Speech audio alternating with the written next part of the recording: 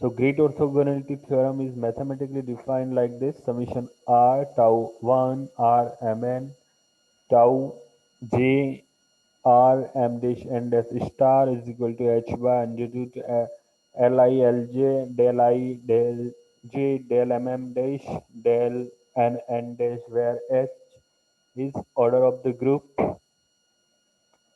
ij and li and lj are the dimensions of two irreducible representation. R is various symmetric operation. M and N belongs to row and column, and this is the complex conjugate. So this is the mathematically representation of GOT. Exam में if आता है तो you have to reply with this formula. एक marks का जो question आता है तो ये formula you have to answer.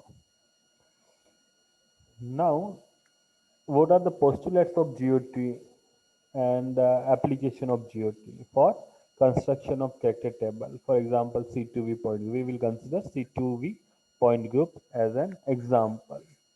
The first postulate is the number of IRs are equal to number of classes.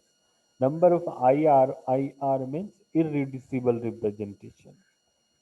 उस करेक्टर टेबल में, उस पर्टिकुलर पॉइंट ग्रुप की करेक्टर टेबल में जितने नंबर ऑफ आईआरस हैं वो किसके इक्वल है? these are equal to number of classes. So this is the first postulate: number of irreducible representations are equal to number of classes. And number of classes क्या होती है? Number of classes is the number of symmetric operation in that particular group. उस particular point group में जितनी number of symmetric operations हैं वो सारी कहलाती है classes. For example in C2V there are 4 classes: E, C2, sigma XZ, sigma YZ. यहाँ पे 4 क्लासें हैं. तो फर्स्ट पोस्टुलेट के अकॉर्डिंग जो इररिड्यूसिबल रिप्रेजेंटेशन होंगे वो भी कितने होंगे? 4 होंगे. बिकॉज फर्स्ट पोस्टुलेट से the number of IRs equal to number of classes. तो IR1, IR2, IR3, IN4 मैंने ऐसे ही लिखा है यहाँ पर फॉर अंडरस्टैंडिंग. समझने के लिए अभी यहाँ पे ऐसे लिखा है. ये 4 क्यों लिखा है अपन ने? IR1, IR2, IR3, IR4, क्योंकि फर्स्ट पोस्टुलेट कहता है कि नंबर ऑफ क्लासेस के इक्वल ही होते हैं नंबर ऑफ IRs. तो नंबर ऑफ क्लासेस कितनी है? 4. E, C2, sigma XZ and sigma YZ. तो number of IRs are 4. Okay, now second postulate says that sum of squares of the dimensions of the irreducible representation equal to the order of the group. Means जितने भी dimensions हैं उनका square करके अगर उसका सम करते हैं तो that will be equal to the order of the group. For example, अपने पास यही point group है C2V और we know that dimensions are the character of E. E के जितने भी करेक्टर, ई का ई मीन्स आइडेंटिटी एलिमेंट, उसका जो करेक्टर होता है वही उसकी डायमेंशन होती है. So we will deal with character of identity E element only because we have to deal with dimensions with this postulate. इस पोस्टुलेट में अपने को डायमेंशन से डील करना है. तो डायमेंशन क्या होती है? जो ई के करेक्टर्स है. ई के करेक्टर्स अपन ने मान लिए for example K1, K2, K3 and K4 है. K1 किसके लिए? IR1 के लिए. IR2 के लिए K2 है E का करेक्टर. सो डायमेंशंस क्या हो गई? K1, K2, K3 and K4. तो अब ये पोस्टुलेट्स क्या कहता है? Sum of the squares of the dimensions, यानी कि इन सब के स्क्वायर्स, ये जो K1, K2, K3, 4 है, इन सब के स्क्वायर्स का अगर सम करेंगे तो that will be equal to the order of the group. And C2 example ले रहे हैं अपन तो इसका ऑर्डर होता है 4. तो इसको जस्ट अपन मैथमेटिकली लिखेंगे ऐसे कि summation of K I square equal to K1 square plus K2 square plus K3 square plus K4 square is equal to H. And what is the H? H is the order of group. In case of C2E, the order of group is 4. So that's why we can write K1 square plus K2 square plus K3 square plus K4 square is equal to 4. This is the equation number. Okay. So now we have equation number 1, K1 square plus K2 square plus K3 square plus K4 square is equal to 4. So now we have to satisfy this equation. इस equation को अपने को क्या करना है? कुछ values put करनी है जिससे आंसर क्या आ जाए? 4. So अपन अगर if we put 1 for each K1, K2, K3, K4, सबके लिए अगर 1 1 1 पुट करते हैं value, so equation will be satisfied. 1 square plus 1 square plus 1 square plus 1 square is equal to 4। क्यों? 1 स्क्वायर की वैल्यू 1 होती है, तो 1 plus 1 plus 1 plus 1 is equal to 4। तो अपन ने 1 1 ये मान लिए है। We suppose we are putting 1 for k1, 1 for k2, 1 for k3, 1 for k4.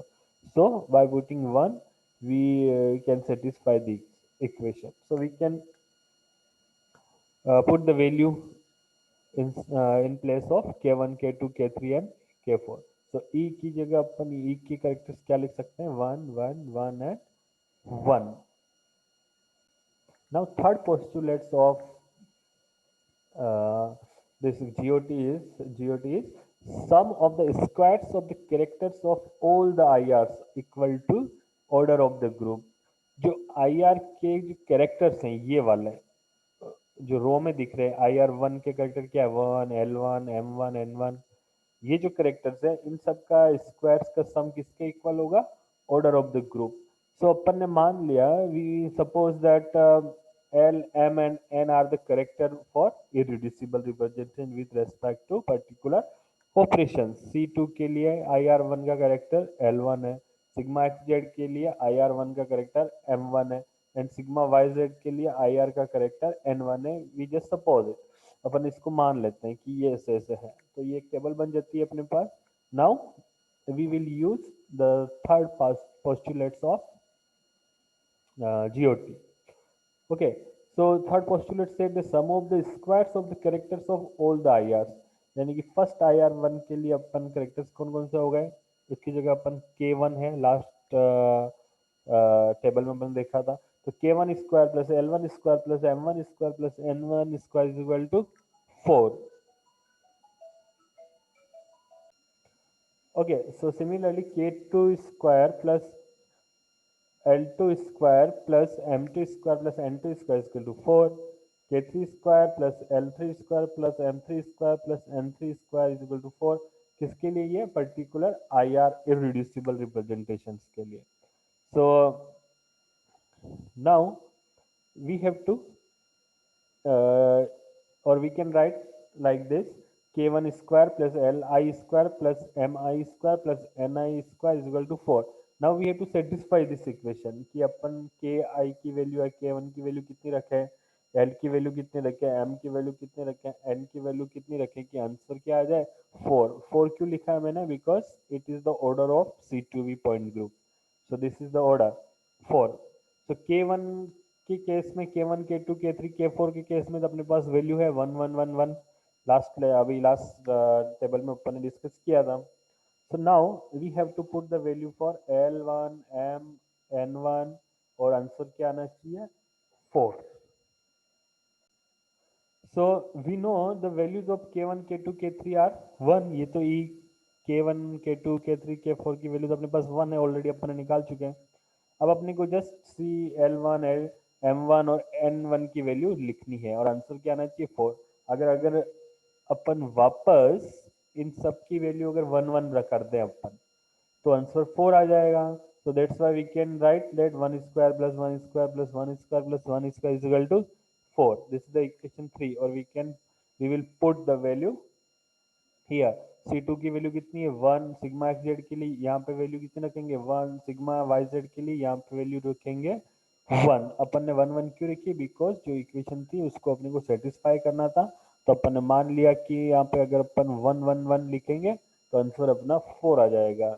Ultimately we will satisfy the equation, so that's why we have put 1 for L1 M1 and N1। very good। so next है this is the fourth and last postulates of GOT, great orthogonality theorem, that all the IRs are orthogonal to each other। जितने भी IRs हैं, IR1 IR2 IR3 IR4, these are orthogonal to each other। इसका मतलब क्या है? इसका मतलब simple है कि IR1, if you multiply IR1 into IR2 then answer will be 0। if you multiply IR2 into IR3 answer is 0। similarly IR1 into IR4 0, IR2 into IR3 0। कहने का मतलब है कि कोई से भी दो इरिड्यूसिबल रिप्रेजेंटेशन को अगर अपन मल्टीप्लाई करेंगे कोई से भी दो, तो उनका आंसर होगा 0। This is the fourth postulate, all the IRs are orthogonal to each other. इसका मतलब भी यही हुआ कि किसी भी दो आई आर इरिड्यूसिबल रिप्रेजेंटेशन को अगर अपन मल्टीप्लाई करेंगे तो उसका आंसर होना चाहिए 0। अब एक एग्जांपल समझते हैं अपन कि I R one into I R two irreducible representation, one into irreducible representation is equal 0। इसका मतलब क्या है? इसका मतलब ये है, what does it mean? It means that कि ये किसके रेस्पेक्ट में होता है? पर्टिकुलर ऑपरेशन के रेस्पेक्ट में। अब आई आर वन के ऑपरेशन क्या है? ई है फर्स्ट, तो इसका करेक्टर लेंगे अपन, तो के वन करेक्टर हो गया। यहाँ पे पहले के वन था तो के वन ले लिया अपन ने। अब आई आर टू में सेम वापस वही ई का ही करेक्टर लेंगे, तो इसका करेक्टर भी क्या हुआ? वन है, तो के वन इंटू के टू। यहाँ पे के वन के टू के थ्री के फोर ऐसा मान लो अभी।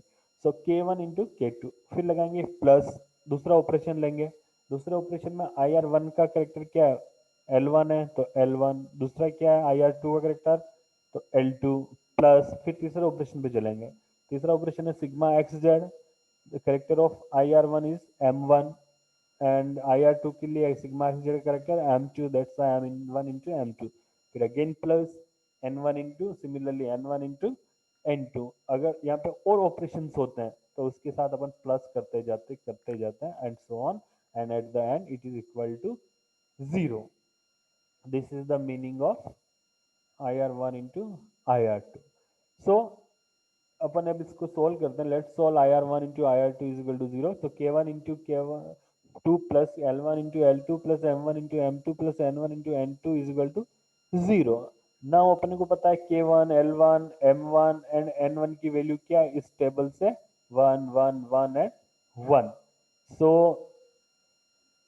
we will put the value k1 and k2 की वैल्यू 1 1 है, l1 की वैल्यू 1 है, l2 की जगह रहेगा, m1 की वैल्यू 1 है इंटू m2 है, प्लस n1 की वैल्यू 1 है, n2 की वैल्यू कुछ नहीं है तो n2। सो इसको सोल्व करेंगे तो आंसर आ जाएगा अपने पास 1 plus l2 plus m2 plus n2 is equal to 0। क्यों आया?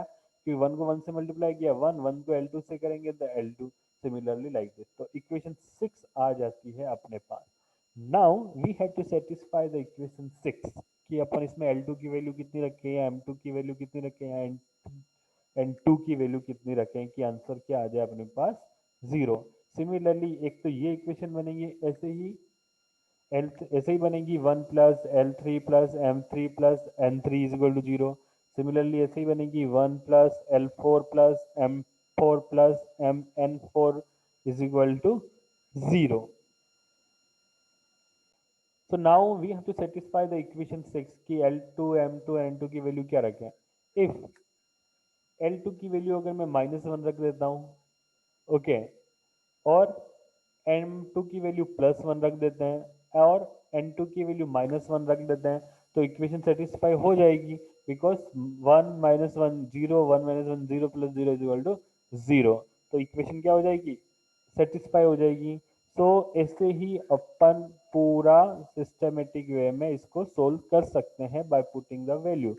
सो इस केस में एक वैल्यू देखो, यहाँ पे 2 प्लस है 2 माइनस है।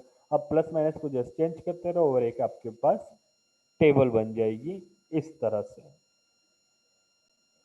सो this is the simple corrected table for C2V point group. This is okay, but यहाँ पे अपन ने क्या लिखा है अभी? IR1, IR2, IR3, IR4। so in the corrected table we cannot write IR1, IR2, IR3, IR4। Instead of this इनके जगह अपने को क्या लिखना पड़ता है? Mulliken symbols. यहाँ पे लिखना पड़ता है अपने को मूलिकन सिंबल्स। अब मूलिकन सिंबल्स कैसे लिखेंगे वो भी अपन डिस्कस कर रहे हैं। उससे पहले you have to remember one thing, जहाँ पे भी माइनस चिन्ह आता है, माइनस साइन आता है, तो यू हैव टू अंडरस्टैंड कि ये जो माइनस है मतलब ये अनसिमेट्री है। और जहाँ पे भी प्लस मतलब कोई साइन नहीं है मतलब प्लस, जहाँ जहाँ पे भी प्लस है वो क्या है? सिमेट्रिकल है या सिमेट्री है। और जहाँ पे भी माइनस है वो क्या है? अनसिमेट्री। ये दो चीज आपके माइंड में फिट कर लो। So now let's talk about Mulliken symbols या Mulliken Son, number। can you please repeat, sir? Yes, okay.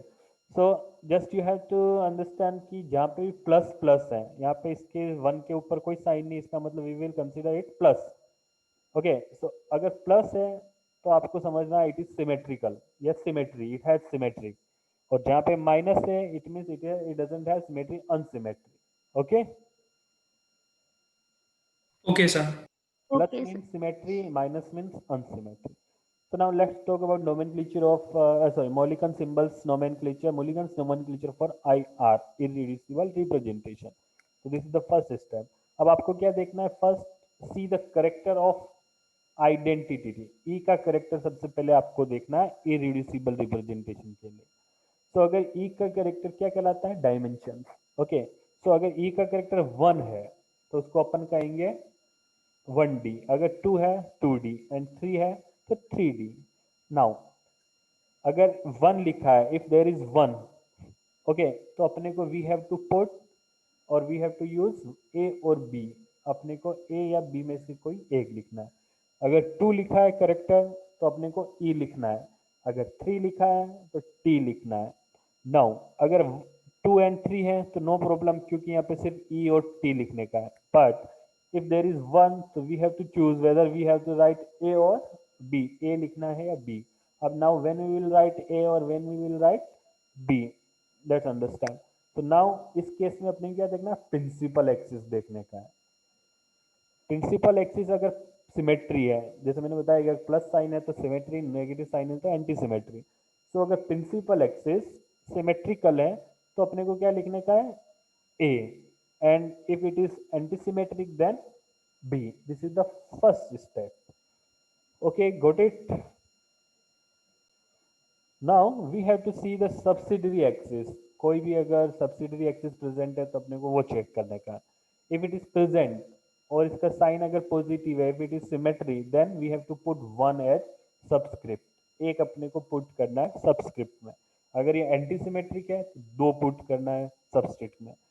If अगर subsidiary axis is absent, then अपने को मोलिकुलर प्लेन चेक करना है, इसकी जगह सब्सटीट्यूट है इसका। अगर सब्सिडरी एक्सिस प्रेजेंट नहीं है तो अपने को we will see the molecular plane check करना। अब मोलिकुलर प्लेन क्या होता है? ऐसा प्लेन जो सारे एटम्स को टच करता है वही मोलिकुलर प्लेन कहलाता है। ऐसा एटम, ऐसा प्लेन जो सारे एटम्स को टच करेगा वो क्या कहलाएगा? Molecular plane. अब मोलिकुलर प्लेन अगर सिमेट्रिक है, प्लस साइन है तो 1 लिखने का है, नेगेटिव है एंटी सिमेट्रिक है तो 2 लिखने का है। Very good. So now we have to see the centre of symmetry. फिर अपने को क्या चेक करना है? सेंटर ऑफ सिमेट्री चेक करना है। अगर सेंटर ऑफ सिमेट्री प्रेजेंट है and if it is symmetric then we have to put G, G means gerade and U means ungerade. So अगर सेंटर ऑफ सिमेट्री प्रेजेंट है and positive है, symmetric है, then we have to put G. If it is anti symmetric then we have to put U. अगर ये absent है तो इसको छोड़ दो, कोई दिक्कत नहीं, it's okay. Now we have to see the horizontal plane. अगर हॉरिजॉन्टल प्लेन किसी में प्रेजेंट नहीं है तो मॉलिक्यूलर प्लेन नहीं, हॉरिजॉन्टल प्लेन कंसीडर हो जाएगा। अगर मॉलिक्यूलर प्लेन पॉजिटिव है तो we have to put single prime, मतलब वन डैश। और अगर एंटी सिमेट्रिक है तो अपने को लगाना है double dash. Okay, now see this table. देखो, Mulliken symbol we have to use. तो ई का करेक्टर 1 है सब में, तो इसलिए अपन ने ए या बी लिखेंगे। फर्स्ट मोलिकन सिंबल ही बोलता है कि अगर ई का करेक्टर 1 है तो ए या बी लिखो। अब ए कब लिखेंगे? अब प्रिंसिपल एक्सिस देखेंगे अपन C2। C2 यहाँ पे क्या है? पॉजिटिव है, सिमेट्रिक है तो हमेशा ए लिखते हैं, अगर एंटी सिमेट्रिक है तो बी लिखेंगे। Very simple. अब फिर चलेंगे अपन सब्सिडरी एक्सिस पे, बट इस केस में सब्सिडरी एक्सिस प्रेजेंट नहीं है। तो सब्सिडरी एक्सिस प्रेजेंट नहीं है तो we will see molecular plane. Molecular plane कौन सा? Sigma x z. Sigma x z molecular plane क्यों है? Because it touches all the atoms in case of C2V point group. अगर H2O का example लेते हैं तो उसमें सिग्मा एक्स जेड प्लेन जो होता है वो सबको टच करता है। तो ये पॉजिटिव है इसलिए अपन ने 1 लिख दिया सबस्क्रिप्ट में। ये नेगेटिव है तो टू लिख दिया अपन ने सबस्क्रिप्ट में। नेगेटिव तो 2, पॉजिटिव तो 1। Now we will see the centre of symmetry, but इस केस में सेंटर ऑफ सिमेट्री प्रेजेंट नहीं है, तो वी विल लीव इट। और अगर होता तो, और पॉजिटिव होता तो जी लिखते हैं, नेगेटिव होता तो यू लिखते हैं। Now we will check the molecular plane. अब मोलिकुलर प्लेन वापस यही हुआ sigma x Z, it is positive तो single dash, it is negative then double dash, positive single dash, negative double dash. So so this is, अगर exam में आपसे पूछे कि C2V point group character table construct करो, तो सिर्फ यहां तक आपको करनी है। लेकिन अगर इसके बेस पे अगर कोई क्वेश्चन आता है तो आपको ये करेक्टर टेबल दी हुई होती है। सो this is the complete character table. इसमें क्या इंक्लूड हो चुका है, दिस इज बेसिस फंक्शन और दिस इज क्वाड्रेटिक फंक्शन। ये बेसिस फंक्शन कहलाते हैं, ये क्वाड्रेटिक फंक्शन कहलाते हैं। तो अगर करेक्टर टेबल से अगर कोई क्वेश्चन आएगा तो आपको करेक्टर टेबल दी हुई होगी। अगर क्वेश्चन ऐसा आता है कि कंस्ट्रक्ट कीजिए करेक्टर टेबल, तो आपको you have to construct here till here only, यहाँ तक ही आपको कंस्ट्रक्ट करनी है।